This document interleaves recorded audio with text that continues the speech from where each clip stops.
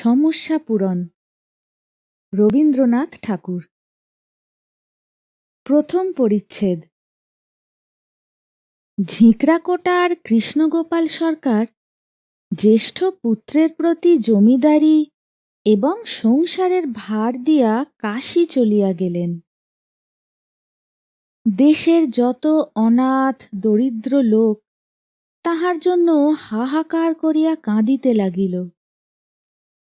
এমন বদান্যতা, এমন ধর্মনিষ্ঠতা কলিযুগে দেখা যায় না, এই কথা সকলেই বলিতে লাগিল।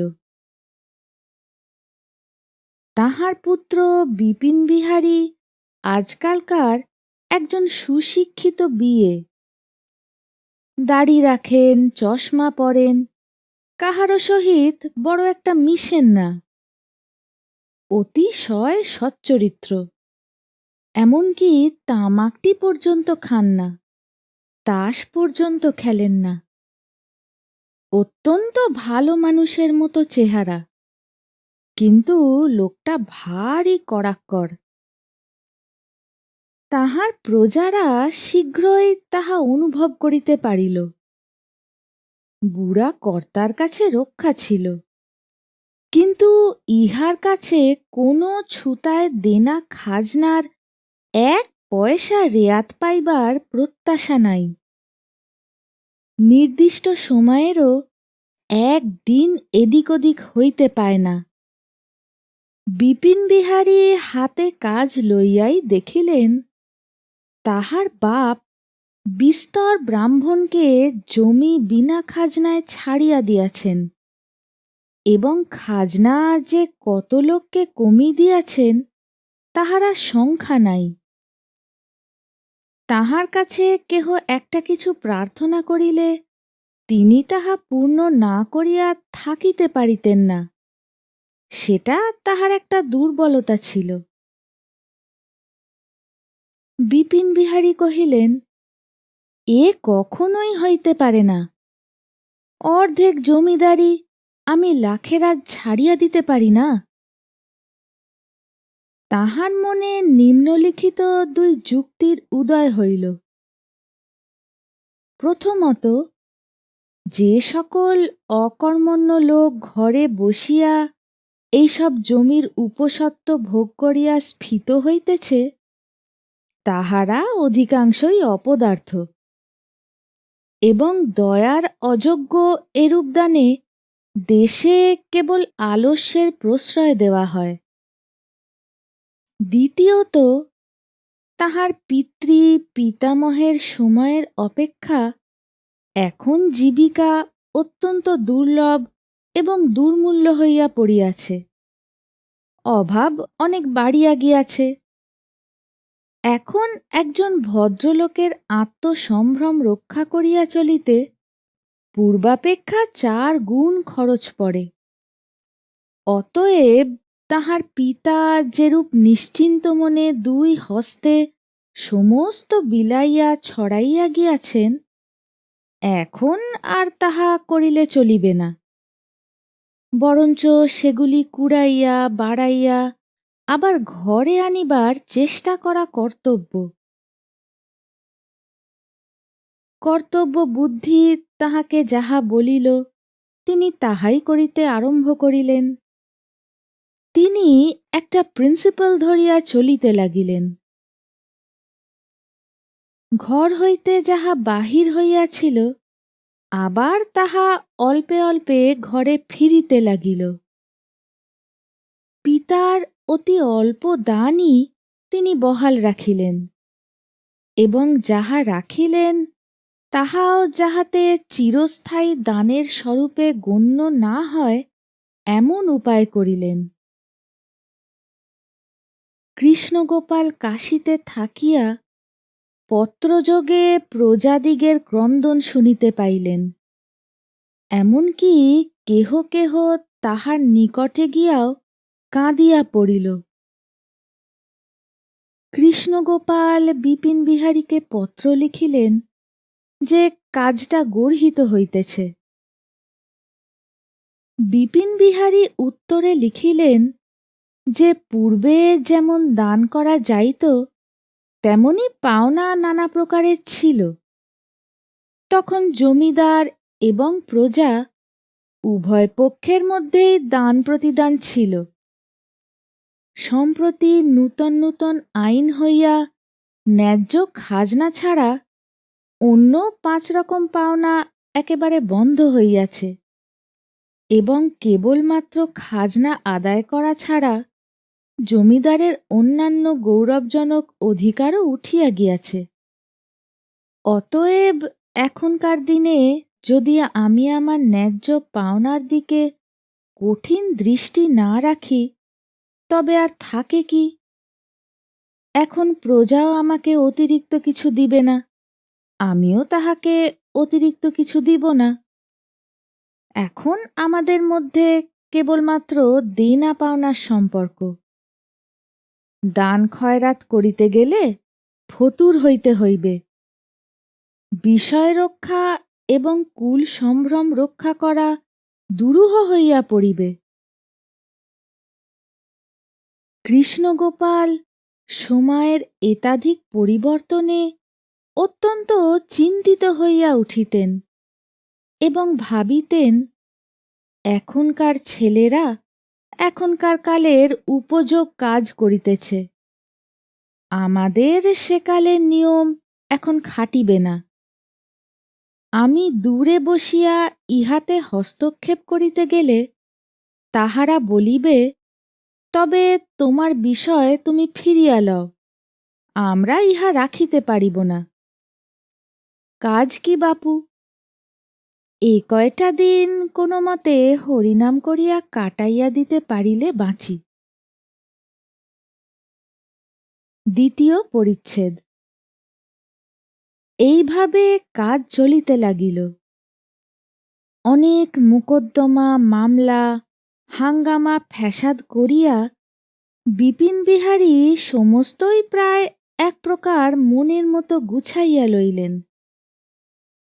অনেক প্রজাই ভয়ক্রমে বশ্যতা স্বীকার করিল। কেবল মির্জা বিবির পুত্র অছিমদ্দি বিশ্বাস কিছুতেই বাগ মানিল না। বিপিনবিহারীর আক্রোশও তাহার উপরে সবচেয়ে বেশি। ব্রাহ্মণের ব্রহ্মত্রর একটা অর্থ বোঝা যায়, কিন্তু এই মুসলমান সন্তান যে কি হিসাবে এতটা জমি নিষ্কর ও স্বল্প করে উপভোগ করে বুঝা যায় না। একটা সামান্য যবন বিধবার ছেলে গ্রামের ছাত্রবৃত্তি স্কুলে 2 ছত্র লিখিতে পড়িতে শিখিয়াছে, কিন্তু আপনার সৌভাগ্যগর্বে সে যেন কাহাকেও গ্রাহ্য করে না। বিপিন পুরাতন কর্মচারীদের কাছে জানিতে পারিলেন, কর্তার আমল হইতে বাস্তবিক ইহারা বহুকাল অনুগ্রহ পাইয়া আসিতেছে, কিন্তু এ অনুগ্রহের কোনো বিশেষ কারণ তাহারা নির্ণয় করিতে পারে না। বোধ করি অনাথা বিধবা নিজ দুঃখ জানাইয়া কর্তার দয়া উদ্রেক করিয়াছিল, কিন্তু বিপিনের নিকট এই অনুগ্রহ সর্বাপেক্ষা অযোগ্য বলিয়া প্রতিভাত হইল। বিশেষত ইহাদের পূর্বেকার দরিদ্র অবস্থা বিপিন দেখেন নাই। এখন ইহাদের সচ্ছলতার বাড়াবাড়ি এবং অপর্যাপ্ত দম্ভ দেখিয়া বিপিনের মনে হইত ইহারা যেন তাহার দয়া দুর্বল সরল পিতাকে ঠকাইয়া তাহাদের বিষয়ের এক অংশ চুরি করিয়া লইয়াছে। অছিমদ্দিও উদ্ধত প্রকৃতির যুবক। সে বলিল, প্রাণ যাইবে তবু আমার অধিকারের এক তিল ছাড়িয়া দিব না। উভয় পক্ষে ভারী যুদ্ধ বাঁধিয়া উঠিল। অছিমদ্দির বিধবা মা ছেলেকে বার বার করিয়া বুঝাইল, জমিদারের সহিত কাজিয়া করিয়া কাজ নাই। এতদিন যাহার অনুগ্রহে জীবন কাটিল তাহার অনুগ্রহের পরে নির্ভর করাই কর্তব্য। জমিদারের প্রার্থনা মতো কিছু ছাড়িয়া দেওয়া যাক। অছিমদ্দি কহিল, মা, তুমি এ সকল বিষয় কিছুই বোঝো না। মোকদ্দমায় অছিমদ্দি একে একে হারিতে আরম্ভ করিল, কিন্তু যতই হার হইতে লাগিল ততই তাহার জিদ বাড়িয়া উঠিল। তাহার সর্বস্বের জন্য সে সর্বস্বই পণ করিয়া বসিল। মির্জা বিবি একদিন বৈকালে বাগানের তরিতরকারি কিঞ্চিৎ উপহার লইয়া গোপনে বিপিনবাবুর সহিত সাক্ষাৎ করিল। বৃদ্ধা যেন তাহার সকরুণ মাতৃদৃষ্টির দ্বারা সস্নেহে বিপিনের সর্বাঙ্গে হাত বুলাইয়া কহিল, তুমি আমার বাপ, আল্লাহ তোমার ভালো করুন। বাবা, অছিমকে তুমি নষ্ট করিও না, ইহাতে তোমার ধর্ম হইবে না। তাহাকে আমি তোমার হস্তেই সমর্পণ করিলাম। তাহাকে নিতান্তই অবশ্য প্রতিপাল্য একটি অকর্মণ্য ছোট ভাইয়ের মতো গ্রহণ করো। সে তোমার অসীম ঐশ্বর্যের ক্ষুদ্র এককণা পাইয়াছে বলিয়া ক্ষুণ্ণ হইও না বাপ। অধিক বয়সের স্বাভাবিক প্রগল্ভতাবশত বুড়ি তাহার সহিত ঘরকন্যা পাতাইতে আসিয়াছে দেখিয়া বিপিন ভারী বিরক্ত হইয়া উঠিল। কহিল, তুমি মেয়ে মানুষ, এ সমস্ত কথা বোঝো না। যদি কিছু জানাইবার থাকে তোমার ছেলেকে পাঠাইয়া দিও। মির্জা বিবি নিজের ছেলে এবং পরের ছেলে উভয়ের কাছেই শুনিল, সে বিষয়ে কিছুই বোঝে না। আল্লাহর নাম স্মরণ করিয়া চোখ মুছিতে মুছিতে বিধবা ঘরে ফিরিয়া গেল। তৃতীয় পরিচ্ছেদ। মোকদ্দমা ফৌজদারি হইতে দেওয়ানি, দেওয়ানি হইতে জেলা আদালত, জেলা আদালত হইতে হাইকোর্ট পর্যন্ত চলিল। বৎসর দেড়েক এমনি করিয়া কাটিয়া গেল। অছিমদ্দি যখন দেনার মধ্যে আকণ্ঠ নিমগ্ন হইয়াছে, তখন আপিল আদালতে তাহার আংশিক জয় সাব্যস্ত হইল। কিন্তু ডাঙার বাঘের মুখ হইতে যেটুকু বাঁচিল, জলের কুমির তাহার প্রতি আক্রমণ করিল। মহাজন সময় বুঝিয়া ডিক্রি জারি করিল।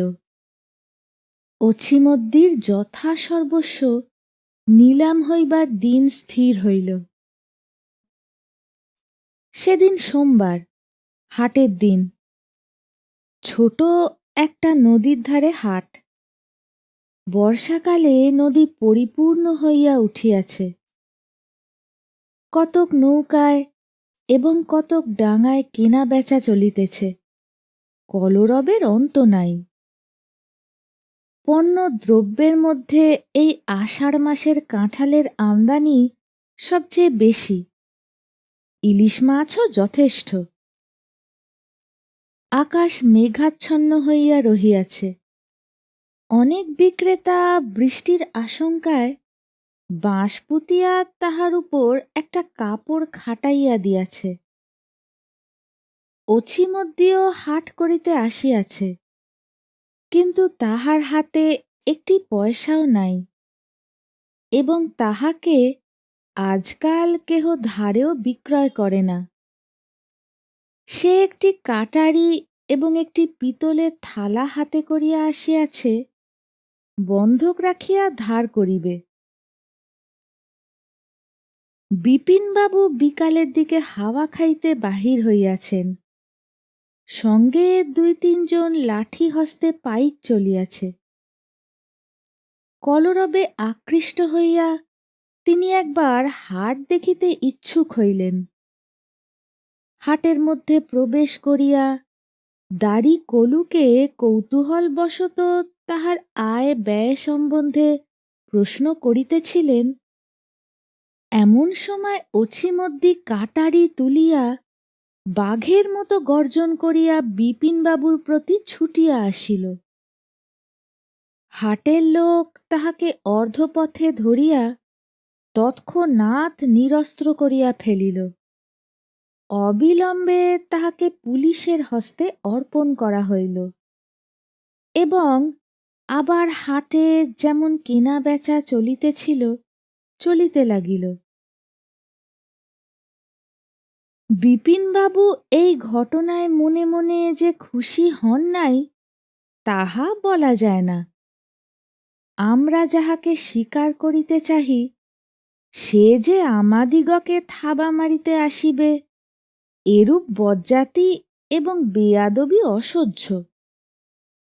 যাহা হউক, বেটা যেরূপ বদমায়েশ সেইরূপ তাহার উচিত শাস্তি হইবে। বিপিনের অন্তঃপুরের মেয়েরা আজিকার ঘটনা শুনিয়া কণ্টকিত হইয়া উঠিলেন। সকলেই বলিলেন, মা গো, কোথাকার বজ্জাত হারামজাদা বেটা! তাহার উচিত শাস্তির সম্ভাবনায় তাহারা অনেকটা সান্ত্বনা লাভ করিলেন। এদিকে সেই সন্ধ্যাবেলায় বিধবার অন্নহীন পুত্রহীন গৃহ মৃত্যুর অপেক্ষাও অন্ধকার হইয়া গেল। এই ব্যাপারটা সকলেই ভুলিয়া গেল। আহারাদি করিল, শয়ন করিল, নিদ্রা দিল। কেবল একটি বৃদ্ধার কাছে পৃথিবীর সমস্ত ঘটনার মধ্যে এইটাই সর্বাপেক্ষা বৃহৎ হইয়া উঠিল। অথচ ইহার সহিত যুক্ত করিবার জন্য সমস্ত পৃথিবীতে আর কেহই নাই। কেবল দ্বীপহীন কুটির প্রান্তে কয়েকখানি জীর্ণ অস্থি এবং একটি হতাশ্বাস ভীত হৃদয়। চতুর্থ পরিচ্ছেদ। ইতিমধ্যে দিন তিনেক অতিবাহিত হইয়া গেছে। কাল ডেপুটি ম্যাজিস্ট্রেটের নিকট বিচারের দিন নির্দিষ্ট হইয়াছে। বিপিনকেও সাক্ষ্য দিতে যাইতে হইবে। ইতিপূর্বে জমিদারকে কখনো সাক্ষ্য মঞ্চে দাঁড়াইতে হয় নাই, কিন্তু বিপিনের ইহাতে কোনো আপত্তি নাই। পরদিন যথা সময়ে পাগড়ি পরিয়া ঘড়ির চেন ঝুলাইয়া পালকি চড়িয়া মহা সমারোহে বিপিনবাবু কাছারিতে গিয়া উপস্থিত হইলেন। এজলাসে আজ আর লোক ধরে না। এত বড় হুজুক আদালতে অনেকদিন ঘটে নাই। যখন মোকদ্দমা উঠিতে আর বড় বিলম্ব নাই, এমন সময় একজন বড়কন্দাজ আসিয়া বিপিনবাবুর কানে কানে কি একটা কথা বলিয়া দিল।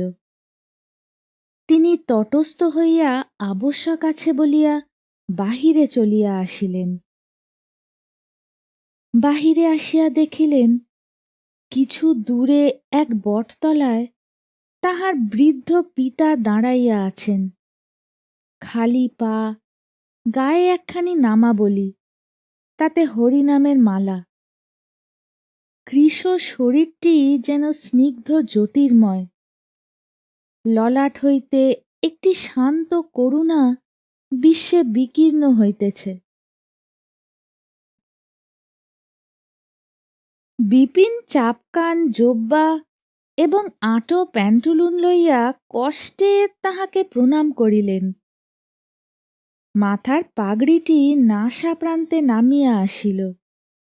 ঘড়িটি জেব হইতে বাহির হইয়া পড়িল। সেগুলি শশব্যস্তে সরিয়া লইয়া পিতাকে নিকটবর্তী উকিলের বাসায় প্রবেশ করিতে অনুরোধ করিলেন। কৃষ্ণগোপাল কহিলেন, না, আমার যাহা বক্তব্য আমি এখানেই বলিয়া লই। বিপিনের অনুচরগণ কৌতূহলী লোকদিগকে দূরে ঠেলিয়া রাখিল।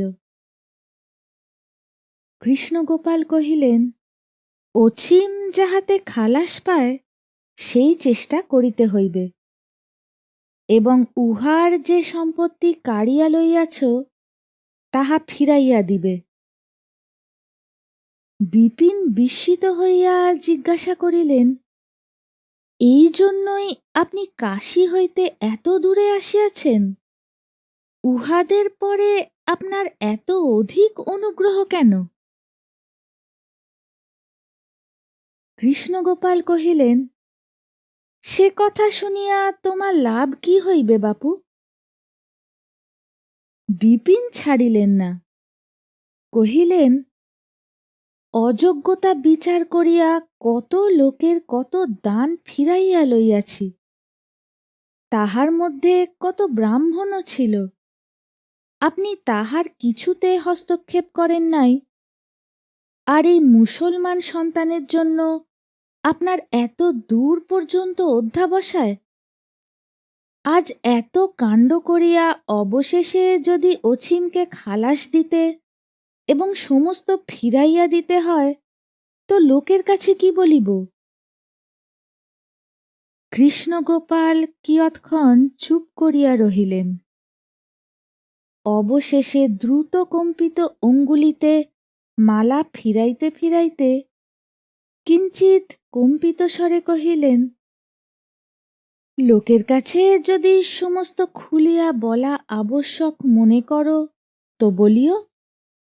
অছিমউদ্দিন তোমার ভাই হয়, আমার পুত্র। বিপিন চমকিয়া উঠিয়া কহিলেন, যবনীর গর্ভে? কৃষ্ণগোপাল কহিলেন, হ্যাঁ বাপু। বিপিন অনেকক্ষণ স্তব্ধভাবে থাকিয়া কহিলেন, সেসব কথা পরে হইবে, এখন আপনি ঘরে চলুন। কৃষ্ণগোপাল কহিলেন, না, আমি তো আর গৃহে প্রবেশ করিব না, আমি এখনই এখান হইতে ফিরিয়া চলিলাম। এখন তোমার ধর্মে যাহা উচিত বোধ হয় করিও।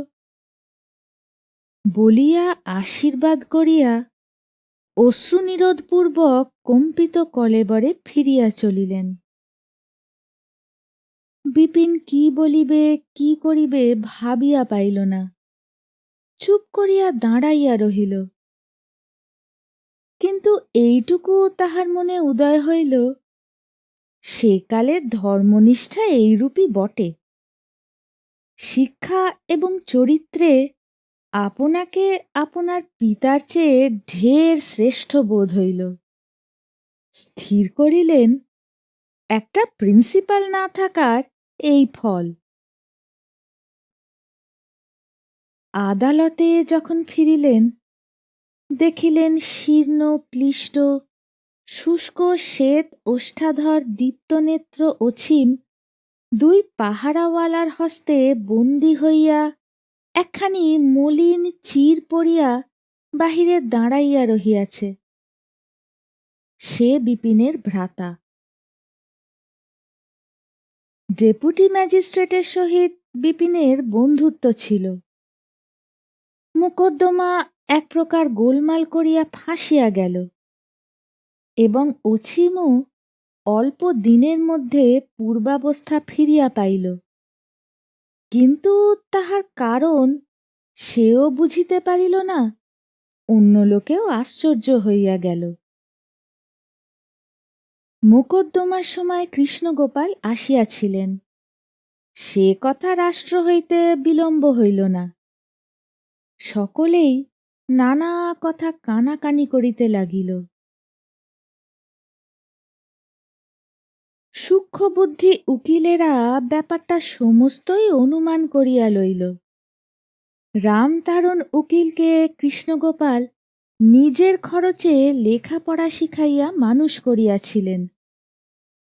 সে বরাবরই সন্দেহ করিত, কিন্তু এতদিনে সম্পূর্ণ বুঝিতে পারিল যে ভালো করিয়া অনুসন্ধান করিলে সকল সাধুই ধরা পড়ে। যিনি যত মালা জপুন, পৃথিবীতে আমার মতোই সব বেটা।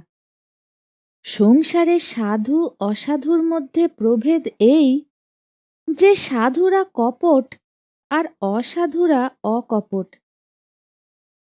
যাহা হোক, কৃষ্ণগোপালের জগৎ বিখ্যাত দয়া ধর্ম মহত্ব সমস্তই যে কাপট্য, ইহাই স্থির করিয়া রামতারণের যেন এত দিনকার একটা দুর্বোধ সমস্যার পূরণ হইল।